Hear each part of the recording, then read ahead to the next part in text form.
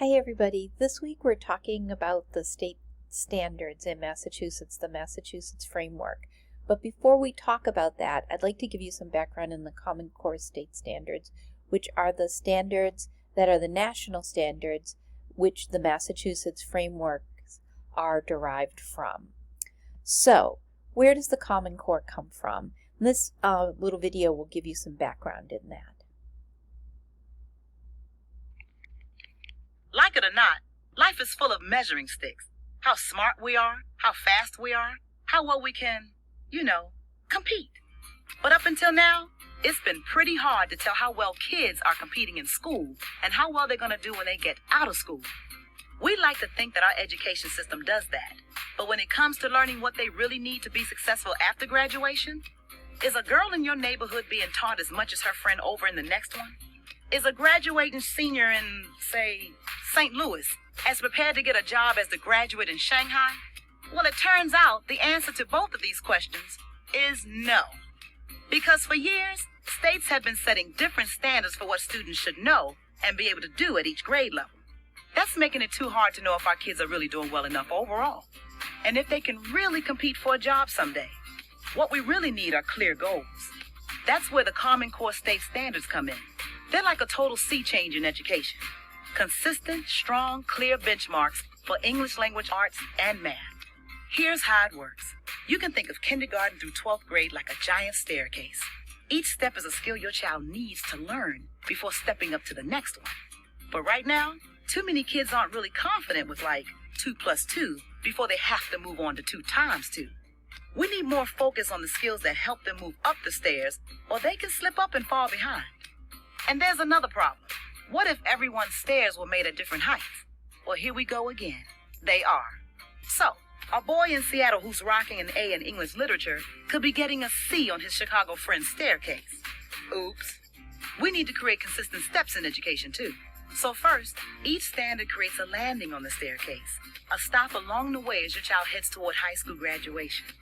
Each stop is a chance for every parent and teacher to focus on the skills their students are supposed to know at that step, no matter the zip code, language, or race. And more importantly, each standard makes sure all students are learning what they need to know to get to graduation and beyond. Because something like counting to 100 leads to understanding dollars and cents, which eventually leads to understanding how to manage a budget.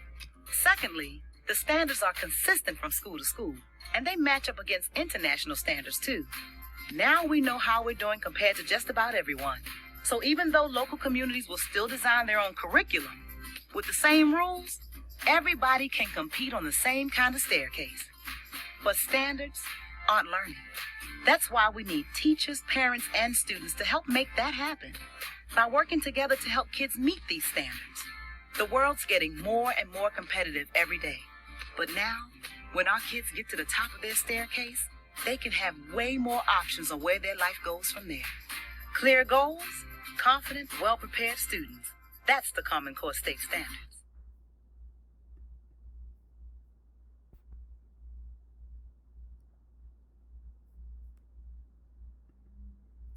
Okay, so what we're saying in this video is that, and this video is based on a 2015 program that came through the Department of Education, really started a couple of years before that in 2013, and was a response to the fact that so many students in so many different states were learning different content, different materials, but then when they would move to another state, they would not have the same background. So for example, and this would happen a lot to me as a teacher, I would have I had my 4th grade classroom, and in my 4th grade classroom I would have someone move from Florida or move from Texas to Connecticut.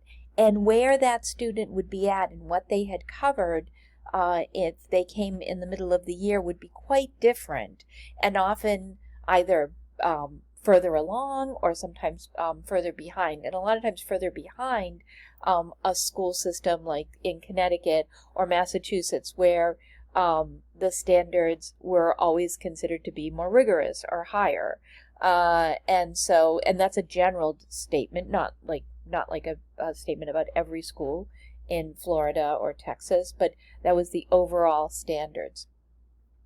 And so what happened was that school systems and the federal government realized that this was a problem. So they set out and created the Common Core. And so what happens with the Common Core is that not every state actually ended up supporting it or adopting it. But at this point, about 40 states use some version of the Common Core, and the focus of the Common Core is on 4 specific areas, or super skills that they're called, for the 21st century. And they are communication, collaboration, critical thinking, and creativity. And I'm wondering if you could just pause the video right now and just come up with your own definition of what communication, collaboration, critical thinking, and creativity might look like at the place where at the grade level you're interested in teaching in. So if you think you want to be a 2nd grade teacher, what does communication look like at that grade? If you want to be a 6th grade teacher, what does critical thinking look like at that age? And we'll come back to what you've said in a few moments. So you can pause the video now and just write down your notes. Okay, so here are some examples. Now that you've written down your ideas, these are some examples of career and college-ready standards. So these are the standards, and they have the 4 C's embedded in them. Read closely to determine what the text says explicitly to make logical inferences. Cite specific textual evidence when reading or speaking to support conclusions drawn from the text. And then you can read the second one on your own.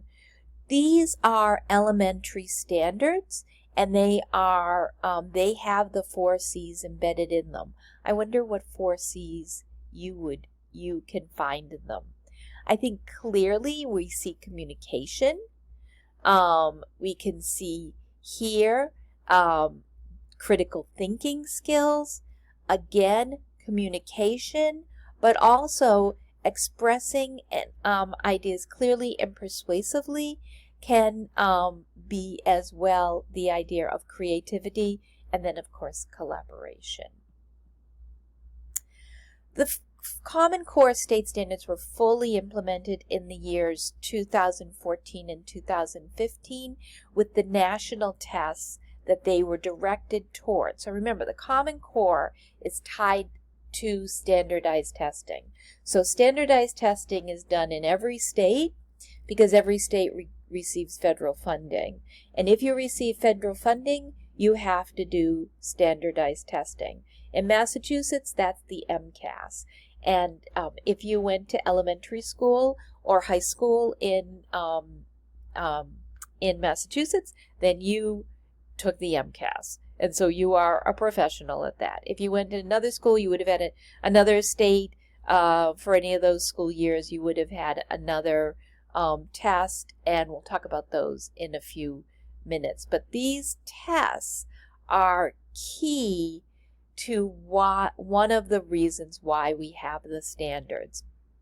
Because what happened was way back in the early 2000s when you may have heard of No Child Left Behind. When No Child Left Behind was instituted, we had a variety of different tests that were administered around the country, and without state standards, common state standards, it was measuring apples and oranges. We couldn't tell which schools were working, which states were actually addressing the needs of students.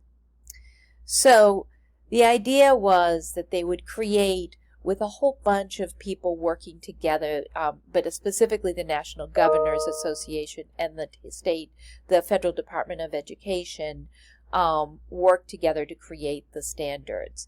They also, in each state, so each state's Department of Education, so the Massachusetts Department of Education, created their own version of the Common Core standards that would address what was in the particular state's needs.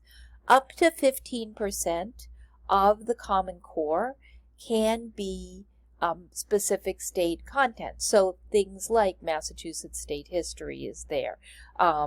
Things like the economics in Massachusetts are there. Just like in California, those the California economics, of course, are way different than the Massachusetts state economics. So for high school students, when they're doing their state tests, those tests might have questions about the variety of industries that are in California, which are going to be really different when you think about what Southern California is like and their extended growing season and their dependence on agriculture, and how that looks very different than the way our economy is set up in Massachusetts, which has a really high-tech component, rather than as much of an agriculture component. It's strong in Massachusetts, but it's nothing like California. Or Texas, which has its own particular components about its history, and every student comes out of the Texas school system with a course that's specifically about Texas state history, whereas Massachusetts history is taught embedded within courses, and not everyone has to take a Massachusetts state course. They just have to take content around Massachusetts state history, economics, literature, all that sort of thing. So pre-K standards were added into the Common Core. They are not in other states, but Massachusetts has part of their framework, includes pre-K standards. So those are those 4 and 5-year-olds who are in state pre-K classrooms. Massachusetts added about 4% additional standards. They include additions particularly to the high school and middle school grades, because they wanted a greater emphasis on particularly areas around mathematics. So the Common Core standards and the Massachusetts frameworks are much more rigorous than they used to be, with a real commitment to higher order thinking skills. And I'd like you to pay special note to the idea of the concept of higher order thinking skills, because these are very, very important when we think of educating our students. The other idea is that you have a lot of collaborative activity, that students are not just tested on multiple choice questions, but actually have to work on specific assignments that are collaborative in nature, where they would get feedback from their teacher and they would be able to take those concepts and apply them to the testing. And finally, the idea is that literacy is integrated across the content areas, and you see a lot of reading in science and social studies, but in math as well. So there's a much greater emphasis on informational text, research, and media skills. So the idea that you can use and demonstrate how you can access online information as well as online video. So I'm going to stop here. This is the first half of this video, this PowerPoint, and I'll start again and use the second half in a moment.